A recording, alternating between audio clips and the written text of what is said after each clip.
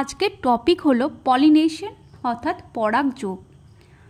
পরাগযোগ হলো পরাগধানী থেকে রেণু বা পরাগরেণু একই ফুলে বা একই প্রজাতির অন্য ফুলের গর্ভমুণ্ডে স্থানান্তরিত হওয়ার প্রক্রিয়াকেই পরাগযোগ বলা হয়। সহজ করে বলতে গেলে পোলেন গ্রেন স্টিগমায় যে ট্রান্সফার হচ্ছে এই ট্রান্সফারকেই বলা হয় পরাগযোগ।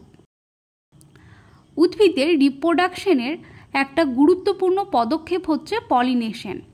পলিনেশন করতে যারা সাহায্য করে তাদেরকে পলিনেটিং এজেন্ট বলা হয়। এটা বাতাস, জল, প্রাণী দ্বারাও এই পলিনেশন হতে পারে।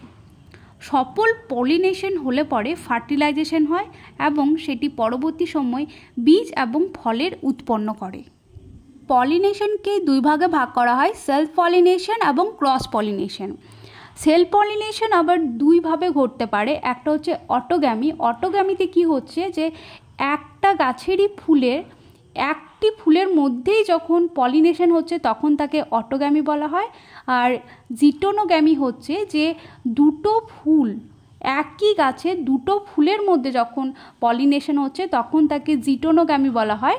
আর ক্রস পলিনেশন হচ্ছে একই প্রজাতি উদ্ভিদ অর্থাৎ একই প্রজাতি উদ্ভিদের মধ্যে দুটো গাছের ফুলের মধ্যে যখন পলিনেশন হচ্ছে তখন তাকে ক্রস পলিনেশন বলা হয়।